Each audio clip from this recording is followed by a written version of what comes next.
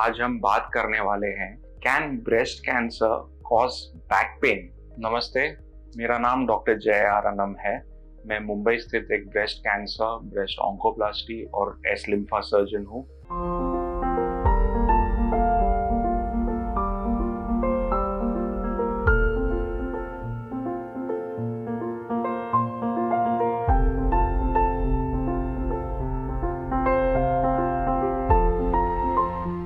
अभी जो ये सवाल है ना, ये बहुत ही एक जनरलाइज सा क्वेश्चन है कि can breast cancer cause back pain.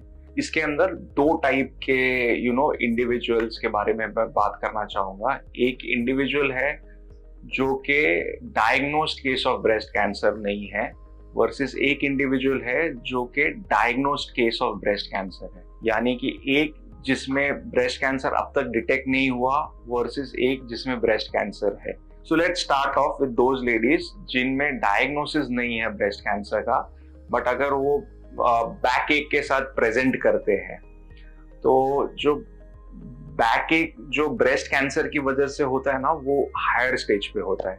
कि अगर ब्रेस्ट कैंसर ब्रेस्ट से निकल के हड्डियों में पहुंच चुका है, यानी कि रीढ़ की हड्डी में, स्पाइन में पहुंच चुका है, तो बैक एक हो सकता है।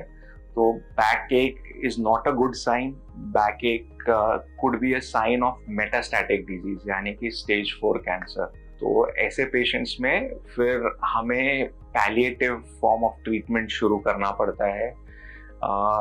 ऐसे पेशेंट में पर से अगर बैकएक बहुत ज़्यादा है, तो अगर वो जो रूटीन ट्रीटमेंट जो रहती है, जो कीमोथेरेपी या हार्मोनल ट्रीटमेंट को रिस्पॉन्ड नहीं करते, तो कुछ टाइम बैक में रेडिएशन भी देना पड़ता है जिससे कि बैक एक थम जाए। वर्सेस अभी दूसरा सिनेरियो जहाँ पे एक लेडी को ब्रेस्ट कैंसर है, डायग्नोज हो चुका है, ट्रीटमेंट पे है और अभी सडनली बैक एक हुआ है। तो इसके भी दो कारण हो सकते हैं। सबसे पहला तो ये कि अभी शायद उनको नई बीमारी उस हड्डी में गई है, इसकी वजह से पेन है। इसके चांसेस थोड़े कम रहते हैं, बट ये हो ही सकता है। तो हम फिर से इन्वेस्टिगेट करते हैं कि बैक का एमआरआई करते हैं, या तो फिर पेट स्कैन किया जाता है, कंफर्म किया जाता है कि बीमारी की वजह से है या नहीं। टचवुड ऐसे नहीं होना चाहिए, बट इन केस बीमारी की वजह से है तो फिर से हमको इलाज शुरू करना पड़ता है। किसी पेशेंट में कीमोथेरेपी, किसी में रेडिएशन देना पड़ता है। अगर हमने सब जांच कर ली है एंड हमें पता चला कि ये बैक एक कैंसर की वजह से नहीं है, तो ये जो बैक एक हो सकता है, जो हार्मोनल ट्रीटमेंट है उसकी वजह से भी हो सकता है। हार्मोनल ट्रीटमेंट यानी कि अनास्ट्राजोल या लेट्राजोल की जो गोली रहती है, उससे ऑस्टियोपोरोसिस का चांस होता है, तो उसकी वजह से भी बैक एक हो सकता है। कुछ महिलाओं में विटामिन B12, D3 की कमी हो, तो उससे भी बैक एक हो सकता है।